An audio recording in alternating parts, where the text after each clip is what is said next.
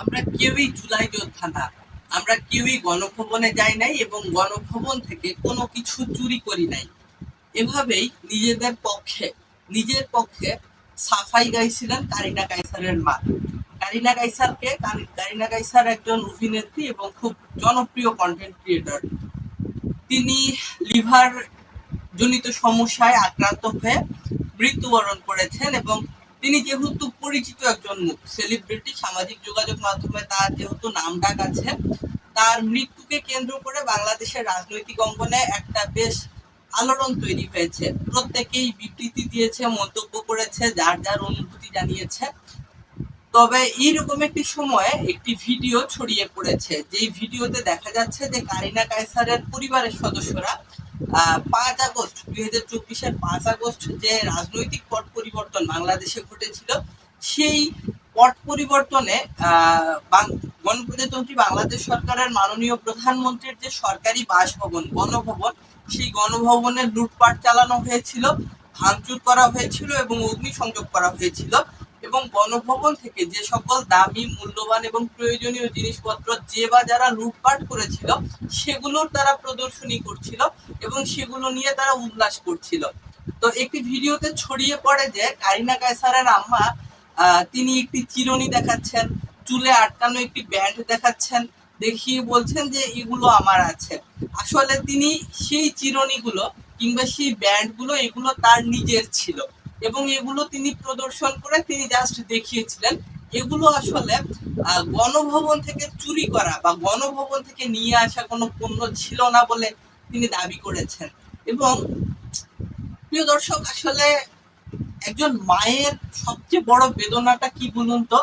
একজন মা, তিনি তার সন্তানকে হারিয়েছেন, তার সন্তান মারা গেছে, মৃত্যুবরণ করছে, তার সন্তানের মরদেহের শেষকৃত্য চলছে, গোসল চলছে, কাপড় পরানো চলছে, জানাজার নামাজ চলছে, মাটি দেওয়া চলছে, এই শেষ আয়োজনটুকু চলছে। এমন একটি সময়ে একজন মাকে মিডিয়ার সামনে এসে, গণমাধ্যমের সামনে এসে বলতে হচ্ছে আমরা কেউই জুলাই যোদ্ধা না, আমরা কেউই গণভবনে যাইনি, গণভবন থেকে আমরা কোনো কিছুই চুরি করিনি। এই যে নিজেদের পক্ষে একটি সাফাই গাইতে হচ্ছে, নিজেদের পক্ষে একটি অবস্থান স্পষ্ট করতে হচ্ছে, এবং সেটি কখন করতে হচ্ছে? যখন একজন মা তার সবচেয়ে আদরের, তার সবচেয়ে প্রিয় সন্তান, তার মরদেহকে নিজের বাড়িতে রেখে, নিজের সামনে রেখে তাকে গণমাধ্যমের সামনে এই ধরনের কথাগুলো বলতে হচ্ছে। আসলে শেখ হাসিনার যে শাসনামল, সেই শাসনামলের অবসান ঘটেছিল 2024 সালের 5 আগস্টের যে গণ অভ্যুত্থান, সেই গণ অভ্যুত্থানের মধ্য দিয়ে।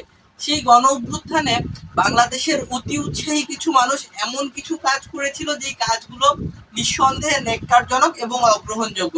এই কাজগুলো কোনোভাবেই গ্রহণযোগ্য হতে পারে না। তারা কি করেছিল? তারা দেখা যাচ্ছে রাষ্ট্রীয় সম্পত্তি এবং ব্যক্তিগত সম্পত্তি লুটপাট করেছিল, ভাঙচুর করেছিল, অগ্নিসংযোগ করেছিল, অরাজকতা বিশৃঙ্খলা করেছিল। এই যে আচরণগুলো, এগুলো নিন্দনীয় আচরণ, এগুলি কখনোই গ্রহণযোগ্য নয়।